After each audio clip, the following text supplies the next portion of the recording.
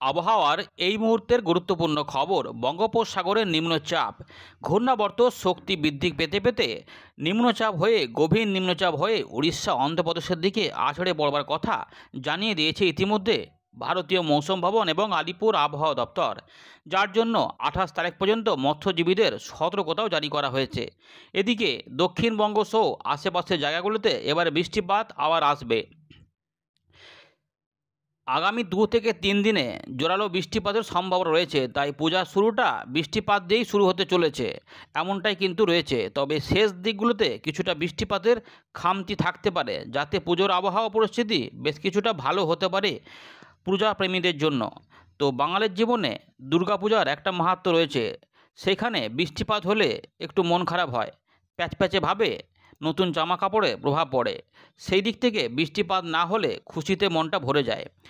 এই অবস্থার মধ্যে যে আপডেটগুলি উঠে আসছে সেটা আমরা আজকে জানিয়ে দেব এই ভিডিওটিকে মনোযোগ সহকারে দেখুন। ইতিমধ্যে বঙ্গোপসাগরে দেখতেই পাচ্ছেন যে ঘূর্ণাবর্ত থেকে নিম্নচাপ এবং তার বৃদ্ধিও হচ্ছে, এটি গভীর হয়ে এই দিকে যাবে, কিন্তু এর টানে বঙ্গোপসাগর থেকে প্রচুর পরিমাণে জলীয় বাষ্প আমাদের এখানে ঢুকে যাবে। ফলে বৃষ্টিপাত যতক্ষণ হচ্ছে না ততক্ষণ কিন্তু ভ্যাপসা গরমটা ভালোই বোকাবে, এবং যেখানে রোদ থাকবে দিনের বেলাতে সেখানে তেজময় রোদ থাকবে, ফলে রোদে একটা গরম ব্যাপার দেখা যাবে। তবে উত্তরবঙ্গে বৃষ্টিপাতের চান্স অনেকটাই কম রয়েছে, ফাঁকা আকাশ দেখা যাচ্ছে। 27 তারিখের দিকে একটু বৃষ্টিপাত এখানে আসতে পারে। এই 27 তারিখ পর্যন্তই ভালো চান্স থাকবে, তবে 28 তারিখ পর্যন্ত কিছুটা টানবে। 29, 30, 1 এবং 2-এ বৃষ্টিপাতের দাপট কিছুটা কমে যাবে। এদিকে উত্তর পশ্চিম ভারত থেকে বর্ষা বিদায় আরও কিছুটা অগ্রগতি লাভ করেছে, এবং আগামী 2 থেকে 3 দিনের মধ্যে আরও কিছুটা বর্ষা বিদায় পর্ব অগ্রগতি হতে পারে। এই সম্ভাবনার মধ্যে আমরা ঝড় বৃষ্টির পরিবেশটা দেখে নেব। আপনি কোন জায়গা থেকে দেখছেন অবশ্যই কমেন্টে জানাবেন, এবং নতুনরা চ্যানেলটিকে সাবস্ক্রাইব করে ভিডিওটিকে অবশ্যই আমাদের বন্ধু বান্ধবদের কাছে শেয়ার করে দেবেন। চলুন দেখে নিই আবহাওয়া দপ্তর আজ কী বলছে, তারপর আমরা এখানে ফেরত এসে পুরো বিষয়গুলিকে দেখাবো। আমরা 25 তারিখে সকালবেলায় প্রকাশ করা ভারতীয় মৌসুম ভবনের গুরুত্বপূর্ণ আপডেটে নজর রাখব। এই গুরুত্বপূর্ণ আপডেটে আবহাওয়া দপ্তর জানিয়ে দিয়েছে যে পূর্ব ভারত এবং মধ্য ভারতে ভারী বৃষ্টিপাত, অতি ভারী বৃষ্টিপাতও হতে পারে। গাঙ্গেয় পশ্চিমবঙ্গে 27 তারিখে ভারী বৃষ্টিপাতের কথা বলা হয়েছে। 28 তারিখে বিহারের দিকে, উড়িষ্যার দিকে বৃষ্টিপাত থাকবে। 28 তারিখে বিহারের দিকে, 25 থেকে 27 তারিখের মধ্যে উড়িষ্যার দিকে ভারী বৃষ্টিপাত থাকবে। অতি ভারী বৃষ্টিপাত ছত্তিশগড়ে এবং উড়িষ্যার দিকে থাকার সম্ভাবনা রয়েছে। উত্তরবঙ্গে এরকমভাবে কোনো সতর্কতা কিন্তু নেই। এছাড়া মধ্যপ্রদেশ এবং ছত্তিশগড়েও ভারী বৃষ্টিপাত দেখা যাবে। এছাড়া এখানে যে ব্যাপারটা হবে, দমকা ঝোড়ো হাওয়া থাকবে।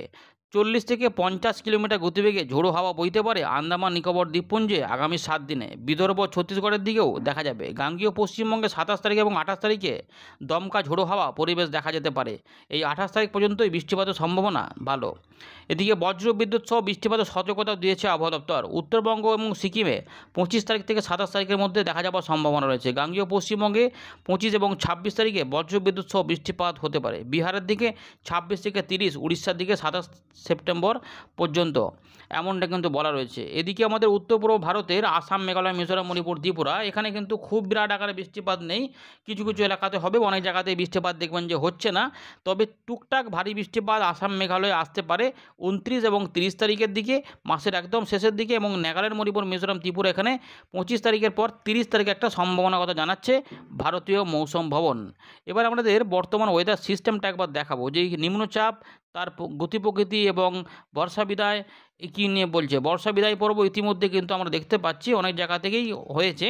আমরা ফার্দার যেটা আরও একটু বর্ষা বিদায় হবে গুজরাট, রাজস্থান, হিমাচল প্রদেশ, জম্মু কাশ্মীর, মধ্যপ্রদেশ, উত্তরপ্রদেশ এবং উত্তরাখণ্ড। আগামী 2 থেকে 3 দিনের মধ্যে বেশ কিছু জায়গা থেকে বর্ষা বিদায় আরও হবে। এদিকে ঘূর্ণাবর্ত একটা ছিল উত্তর উড়িষ্যা এবং সংলগ্ন উত্তর পশ্চিম বঙ্গোপসাগরে গাঙ্গেয় পশ্চিমবঙ্গের উপকূলের কাছে।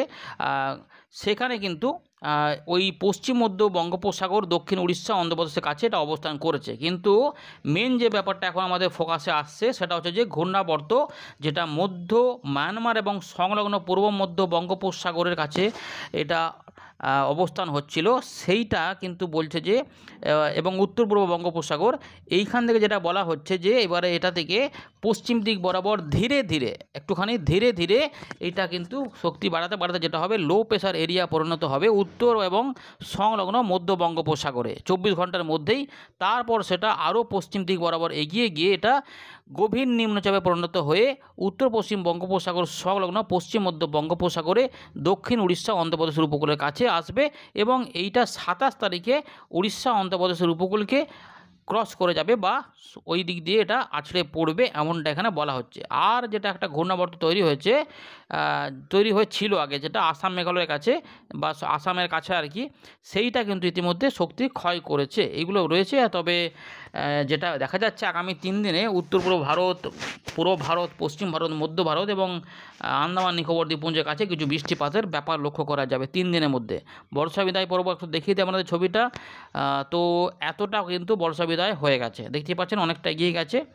আর এবারে যে টাইমটা রয়েছে তাতে এই জায়গাগুলো থেকে বর্ষা বিদায় আর একটু ছড়িয়ে পড়বে, এই জায়গাগুলো থেকে একটু বর্ষা বিদায় হবে, এই ব্যাপারটাই কিন্তু রয়েছে। আর একটা ছবি আপনাদের দেখাবো, এই মুহূর্তে যে ছবি আছে দেখুন, যে বিক্ষিপ্তভাবে বজ্রবিদ্যুৎ সহ বৃষ্টিপাত, ফেয়ারলি ওয়াইড স্প্রেড বৃষ্টিপাত হবে। উড়িষ্যা এবং ছত্তিশগড়ের দিকে কিছু বৃষ্টিপাত বাড়বে, তাই অরেঞ্জ অ্যালার্ট রয়েছে। কিন্তু এরপরে যেটা হবে ধীরে ধীরে যেটা হবে একটুখানি করে বাড়বে আস্তে আস্তে এই পরিবেশগুলো 26-27-এর দিকে আরেকটু বাড়বে। তো 26 তারিখে থেকে ধরুন এই জায়গাগুলোতে আরও কিন্তু এরিয়া এখানে ওয়াইড স্প্রেড রেনফল হবে, কিন্তু গাঙ্গেয় পশ্চিমবঙ্গে অনেকাংশে বৃষ্টিপাত হবে, তবে সব জায়গাতে সমান বৃষ্টিপাত হবে না। যেটা বাড়বে 27 থেকে 28 তারিখের মধ্যে, এখানে এই জন্যই এখানে দেখুন নীল কালার চলে আসছে গাঙ্গেয় পশ্চিমবঙ্গে ওয়াইড স্প্রেড রেনফল বা এবং সেখানে দমকা ঝোড়ো হাওয়া ভারী বৃষ্টিপাতও দেখা যাবে। উপকূলবর্তী জেলাগুলিতে ভারী বৃষ্টিপাত হতে পারে, মানে 24 পরগনা, হাওড়া, তার পাশাপাশি মেদিনীপুর, ঝাড়গ্রাম, বাঁকুড়া আশেপাশে কিছু এলাকাতে বা পুরুলিয়া আশেপাশে কিছু এলাকাতেও ভারী বৃষ্টিপাত ঢুকতে পারে। উত্তর দিকেও ভারী বৃষ্টিপাত নাও হতে পারে, কিন্তু কিছু কিছু অংশে ঝেঁপে বৃষ্টিপাত থাকতে পারে। 27 তারিখ পর্যন্ত বলে রাখলাম, ছবিটা আর দেখাচ্ছি না।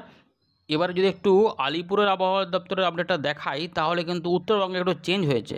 27 তারিখে উত্তরবঙ্গে 2-1 জায়গায় ভারী বৃষ্টিপাত আসতে পারে, এটা একটু খবর নতুন করে চেঞ্জ হয়েছে। 29 তারিখ পর্যন্ত বিক্ষিপ্তভাবে বৃষ্টিপাত উত্তরবঙ্গেও থাকবে, কম থাকবে কিন্তু থাকবে, এমনটা কিন্তু রয়েছে। 30 এবং 1 তারিখে কোনো সতর্কতা থাকছে না। গাঙ্গেয় পশ্চিমবঙ্গে দুর্গাপূজাতে বৃষ্টিপাতের সম্ভাবনা, কারণ নিম্নচাপ তার পেছনে আছে, সেই নিম্নচাপের দাপটে বৃষ্টিপাতের কিন্তু সম্ভাবনা বাড়ছে, যেটা দেখা যাবে 25 তারিখে সামান্য কিছু কিছু কিছু দেখা যাবে, কিন্তু 26, 27, 28 এই 3টে দিনেই মূলত চান্স বেশি। আর 29 তারিখে কমে যাবে কিছুটা, অনেকটাই কমে যাবে। 30 মানে অষ্টমী এবং নবমী মানে 1 তারিখ, এখানে কিন্তু কোনো ওয়ার্নিং থাকছে না এবং ওয়ার্নিং হয়তো থাকবেও না।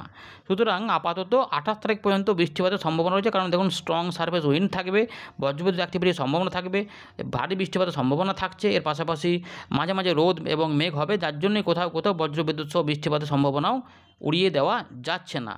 আমরা আবারও ফেরত চলে এলাম উইন্ডির লাইভ স্ক্রিনে। তো ইতিমধ্যে আমরা দেখতে পাচ্ছি আরও কিছুটা কিন্তু মেঘের ঘনঘটা ধীরে ধীরে তৈরি হচ্ছে। দেখুন আমরা যেটা ফাঁকা ফাঁকা আকাশ দেখছিলাম, এখানে আস্তে আস্তে কিন্তু মেঘগুলো তৈরি হচ্ছে অল্প স্বল্প করে।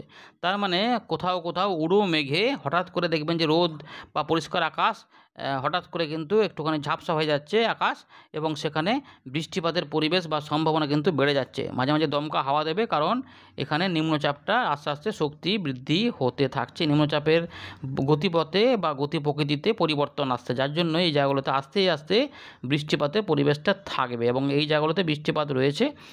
যেটা আগে নিম্নচাপ ছিল, আর নতুন নিম্নচাপ এদিক দিয়ে ধীরে ধীরে আসবে এবং কোন দিকে যাবে না, ঠিক এই যে উড়িষ্যার দক্ষিণ ভাগ, অন্ধ্রপ্রদেশের উত্তর ভাগের মধ্যবর্তী, মানে এই জায়গাগুলো দিয়ে কোথাও একটা এটা আছড়ে পড়বে, যার জন্য তখন এই জায়গাগুলোতে বৃষ্টিপাত বেড়ে যাবে। কিন্তু এর টানে আমাদের এই যে জায়গাগুলো রয়েছে বাংলাদেশ সহ গাঙ্গেয় পশ্চিমবঙ্গ, উড়িষ্যা, ঝাড়খণ্ডে বৃষ্টিপাত বাড়বে। চলুন সেগুলো দেখে নেওয়া যাক।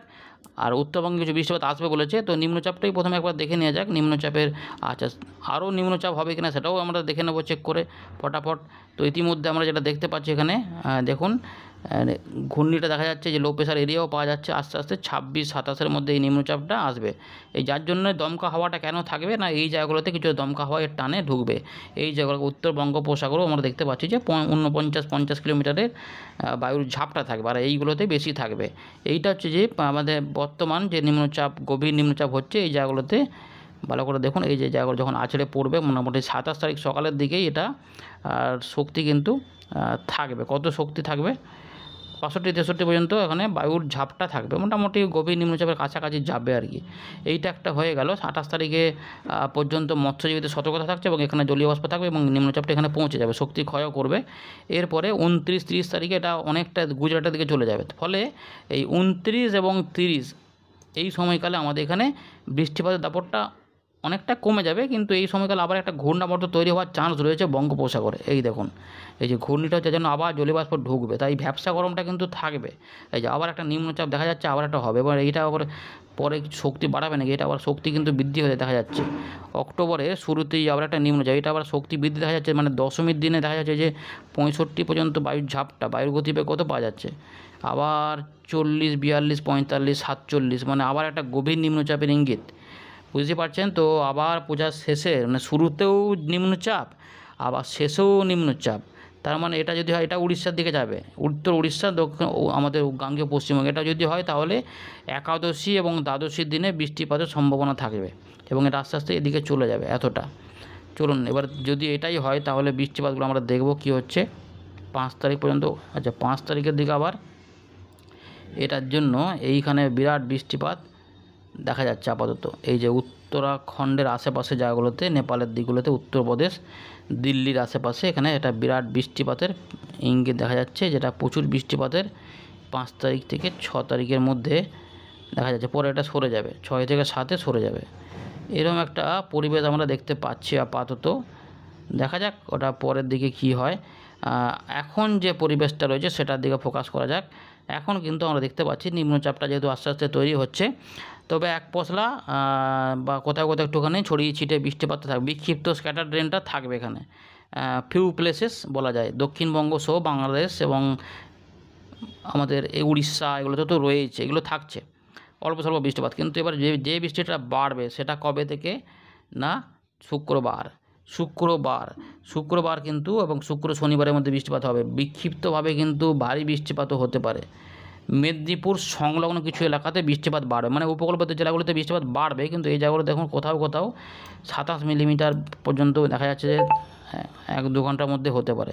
তার মানে কোথাও মাঝারি থেকে মাঝারি ভারী হতে পারে এবং ছড়াতে পারে, বৃষ্টিপাত ছড়াবে।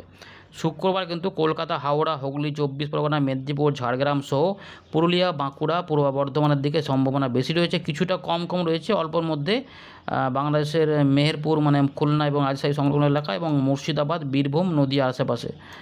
আর কিছু এলাকাতে পশ্চিম বর্ধমানে হবে, কিছু এলাকাতে কম থাকবে। কিন্তু 26 তারিখে বৃষ্টিপাতটা ঝাড়খণ্ড সহ উড়িষ্যার দিকে হবে এবং পরের দিকে কিন্তু ঝাড়খণ্ড পার করে এটা বিহারের দিকেও যাবে। উত্তরবঙ্গে একটু কম দেখা যাচ্ছে, সামান্য হয়তো দিনাজপুর কাছাকাছি আসতে পারে।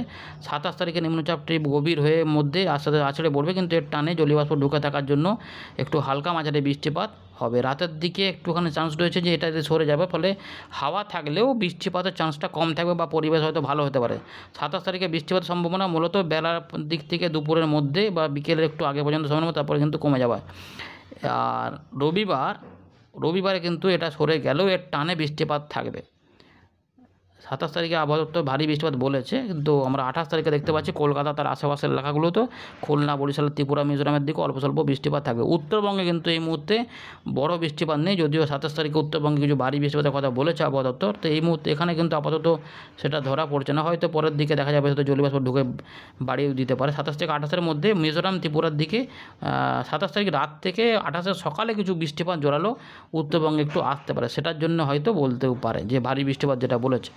28 তারিখের দিকে যেটা রয়েছে একটু বৃষ্টিপাত আমাদের এখানে হবে। সুতরাং 28 তারিখ পর্যন্ত বৃষ্টিপাত। এখানে আর একটা বড় কিছু একটা আসছে এখানে ঝড়ের মতো, যেটা এই কোণ দিয়ে ঢুকে যাচ্ছে। আচ্ছা, 29 তারিখ থেকে 30 আমরা দেখতে পাচ্ছি যে বৃষ্টিপাতের দাপট প্রায় নাই। তার মানে সপ্তমী, অষ্টমী একটা ভালো ওয়েদার পাওয়ার ইঙ্গিত আপাতত পাওয়া যাচ্ছে। অষ্টমী রাতে উত্তরবঙ্গে যে বৃষ্টিপাত নামবে, মুর্শিদাবাদ, নদীয়া সহ।